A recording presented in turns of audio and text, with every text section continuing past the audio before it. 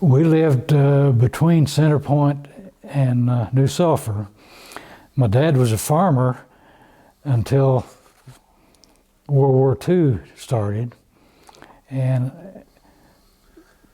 without any men around Prairie Grove that did carpenter work, Dad rode a horse to Prairie Grove just about every day to do carpenter work. Dad got an old car back during the war. He needed transportation and to haul his carpenter tools, so he could quit riding a horse to town every day to work. And he took the back end out of the old car and built a wooden box back there to haul his carpenter tools. If they was going to take us kids to town or somewhere, part of us had to ride in the back, in the box outside. I had 3 brothers and 3 sisters, so 7 of us all together. Bobby, Donnie, Jerry,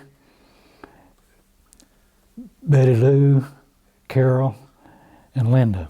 My part of the chores was getting the wood in for Mom to cook, and also getting the milking started. We had milk cows, usually 9 or 10 milk cows.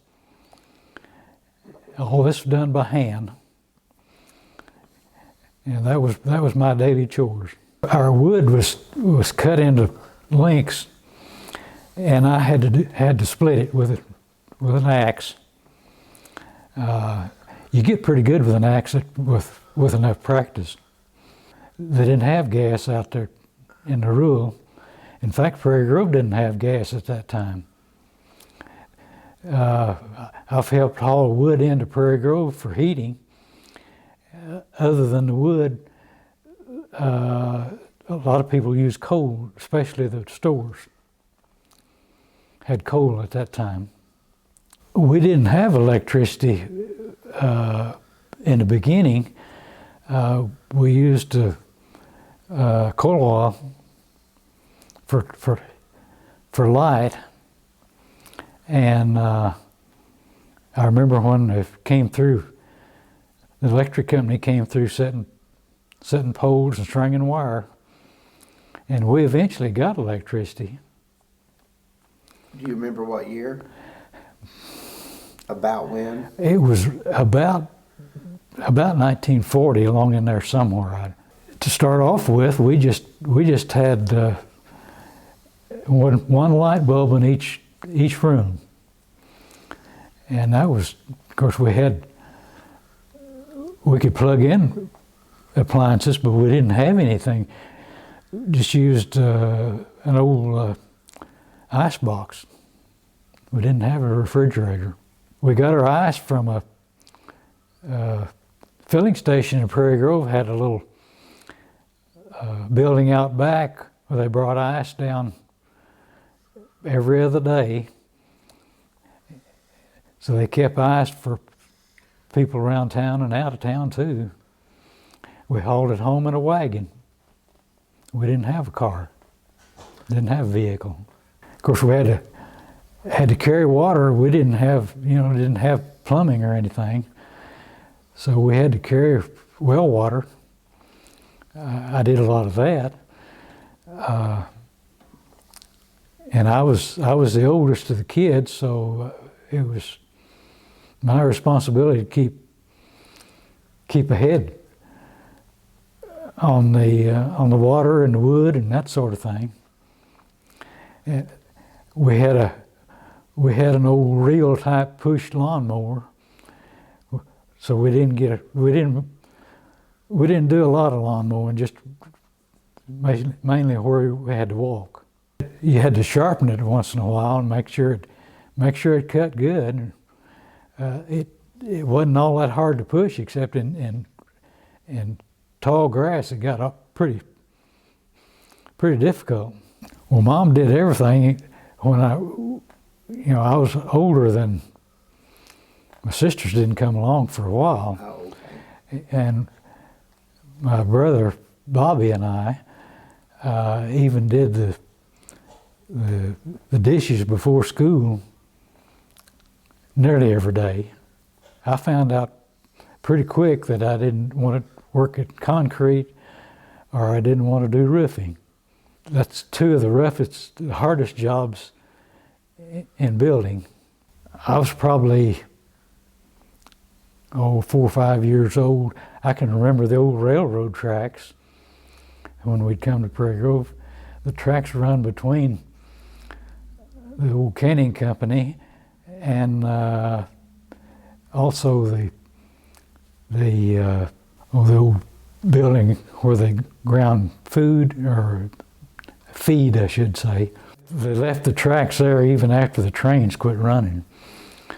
And also, where we lived out about New Sulphur, that's where they crushed the stonework to pave the 62 highway. I can remember the trucks running back and forth with hauling the gravel to pave 62. We only came to town on a Saturday and came in a wagon, and it'd take about probably 20 or 30 minutes. It seemed like longer than that as a kid, but later on I could walk it in less than that, so I know it didn't take all that long. We either came to town in a wagon or we walked. When we came to town, it was to buy groceries mainly. Back then they had big crowds on Saturdays. We'd park the wagon back behind the stores. You didn't park in front of the stores. There were what few cars there was in town parked in front. And they had what's called Trades Day on Saturday, once a month. And the town would be full of people. Everybody was excited to get a chance to win at the Trades Day. You got to meet all your neighbors when you came to town. And there was also a few people that came to Prairie Grove that liked to fight. They had fights sometimes on Saturday afternoon. Some different groups get together and they didn't like one another to start with. And a guy by the name of Red Hale was one of them. From the talk I remember, he must have been pretty mean. But there was also guys in Prairie Grove that liked to fight too. Just because they didn't like one another. They'd fight over a drop of a hat, and somebody's always willing to drop the hat. Well, I didn't see that many of them. Basically, what I remember is hearing people talk about them. There was also a couple of ladies that came to town that did some fighting too. I didn't see that either, but I heard a lot about it. They didn't have any police in Prairie Grove. They had night watchmen. But they didn't have that much authority. In fact, the night watchmen that I remember didn't even carry a gun. They had a club and a flashlight. And I don't remember how much authority they had. But about all they did was show up about dark in town and rattle doors and that sort of thing, make sure they were locked. I remember when the old jail was built, and it was used quite often, especially on Saturday night. They attempted to redo the old jail at one time, but I don't know how far they got with it. When I started school, we went to New Sulphur, and I went to school there through the 6th grade. And then we transferred the school there into Prairie Grove, and I went to Prairie Grove after that. High school in Prairie Grove was an old building. It had been condemned years past, but still used until they finally got, I guess, enough money where they could build a new school. But I graduated in the old school building. It's 3 stories, an old brick building, and it had begun to crumble. My dad, being a carpenter, kept the thing patched up until they got the new school building built, and then the old building was torn down. We had a pretty good sized class, about 28, I believe it was. At that time, which was the biggest class they'd ever had at that point. Ms. J. Frank Holmes was our homeroom teacher, and she taught school till she was up in her 70s. It could be kind of rough at times because they actually used a paddle or a switch or whatever they happened to have handy. I got a whipping one time. We were playing basketball during some of the classes. We came back from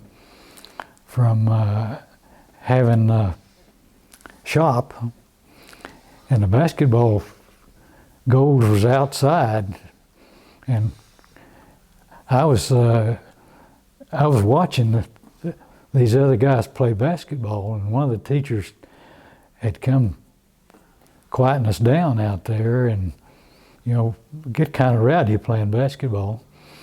Anyway, the male teacher came to the window and told us to go to the office. Well, all of us got a whipping, and then the principal found out that I was just watching. This was after the fact. I'd already got my whipping, and Dad had always told us that if we got a whipping in school, we'd expect another one when we got home. Well, Dad was about 6 o'clock getting home, and just right after that, the superintendent or principal showed up at the house, tell me he's sorry that he gave me the whipping because he didn't know I wasn't the one playing basketball, and that got me out of a whipping. If I wanted to play with cars or something, I made my own. Mom did a lot of sewing, and I'd take the spools, the empty spools that the thread came on, to make the wheels with. And we made our own cars, but we made roads that mainly in the road ditch.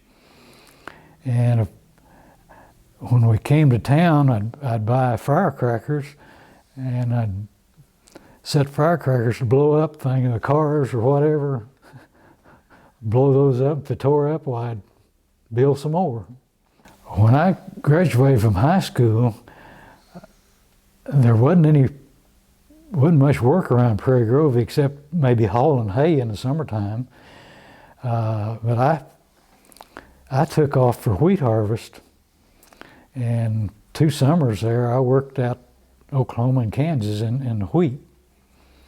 Volunteered for the Air Force, and I was about to be drafted, and so I decided I'd rather be in the Air Force than the Army. So I went in the Air Force in 1955, got out in 1959. And I came back then to Prairie Grove and got a job with the telephone company. I worked for the telephone company for a while, soon after I got out of high school. But back then it was mostly digging holes, setting poles, and stringing wire, and mostly iron wire to start with. Back at that time, I was first hired by Donald Berry's dad, the old man Parks. And soon after that, Donald Berry took over. And they ran the company until about the time I retired. David Parks was old enough and got out of college, and he began to take more of the responsibility. When I went to work for the phone company after I got out of the service, of course, Donald Berry was in charge, and I started out on construction and worked construction there, building lines, until they needed somebody to take over installing. That was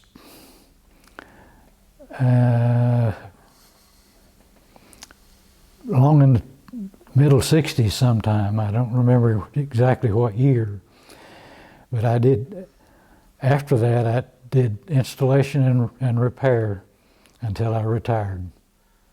Well, the Parks is the best bosses I ever had. A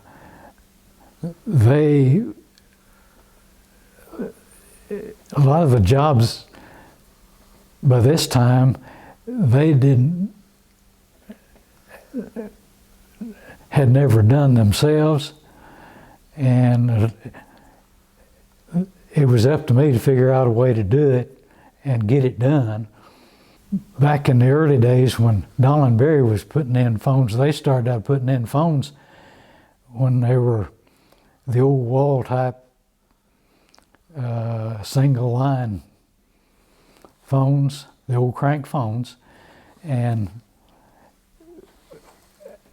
sometime after that, when I took over about the time they started, the dial system was when I started installing phones. The dial system was phased in because they first rebuilt Lincoln to work on the dial system, and then they started on Prairie Grove, and that's about the time that I started doing construction for it. And about the time that they started to work on Farmington is when I started doing installations. When I was on construction, they still had probably 10 people on a party line. They eventually, after a while, they got down to 8, and then they had some 4-party lines. And Prairie Grove Telephone Company was the first in the state to go to single-party lines. Back in those days, if you lived in the country, you had to be on a party line because that's all there was out there. And if when they had 8 or 10 parties on the line, you had to take your turn on using the phone because the phone was usually busy. And sometimes it took maybe 30 minutes to get the line before you could use it. Unless it was an emergency, usually people would get off the line if you had an emergency to make a call. In the early party line days, everybody had their own ring, like 2 longs, or 1 short and 2 longs, or everybody had their own ring. That's the reason they could only have so many people on the line, because there wasn't that many different ways of doing it. After the dial system came in, they got to where they could ring one phone at a time, because they had different frequency ringers by that time when they could do that. The Parks boys didn't want anybody to think they were responsible for it, but they'd get us out and pick up trash or mow. They mowed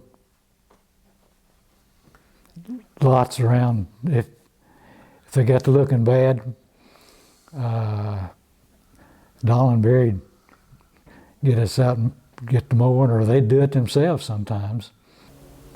There was about, I think, 4 grocery stores in Prairie Grove. And one that I went to a lot was called the Hometown Grocery. And it wasn't on the main street. Where was it located? Well, it was on the south of where the stoplight is now. Of course, there wasn't any stoplight to start with there. They've redone that old building and made apartments out of it now. It was about a block south of the intersection there, and they had a lot behind it for the wagons to park. Had places for the tie the teams up. Had places we could feed the horses or whatever. Oh, of course, the Southern was going big then. They had furniture and hardware and everything there. I remember that when you went to pay your bill in the Southern, they had the cash register was upstairs, and they had a wire system. You send your money upstairs, and they'd send you change back. And of course, they had the grocery section and furniture section, whatever. Had 3 sections there, but at least 2 of those sections they sent. The cash register was upstairs, and you didn't want to have to walk upstairs to pay your bill. So they'd wire that upstairs. Yeah, Delford Reef was the president of the bank. He was the first president of the bank that I can remember. He was something else to deal with. He was always willing to loan you the money. He just wanted you to understand that you were supposed to pay this back. He had 2 or 3 ways of explaining it. First time I went in to borrow money from the Bank of Prairie Grove, I think I was about 20 or 21, and he told me he'd let me have any money that I needed, but he expected me to make regular payments on that. As long as I understood that, he was willing to go for it. Well, I was going to junior high. It was when they built Fiddler's Store. An uncle of mine helped work on that. This was quite a deal for Prairie Grove at that time. They about right after the war, it's where I bought my first bicycle there. It cost me $39 and 35 cents. My brother Bobby and I had worked all summer. We first started out picking strawberries, and then picked tomatoes. And about the time school started, we went in and bought one of the first bicycles sold after the war. And I think that's where my dad bought his first power saw. Instead of using a handsaw for everything, he bought the first saw, and the blade was just about that big around. I think the second skill saw sold in Prairie Grove, and we've still got that saw. I was around carpenter work all my life. Of course, helping my dad on different projects. He wanted he wanted me to quit the telephone company and help him.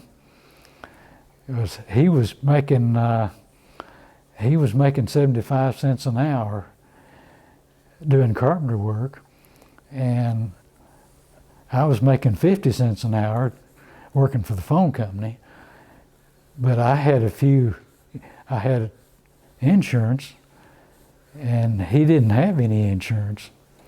And during bad weather, when the weather got bad enough, he couldn't get out and do carpenter work outside. So he'd be sitting at home by the fire, and I'd be out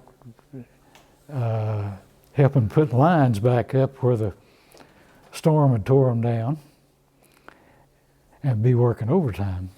In the long run, I'd make as much money as he did, even though he got more per hour.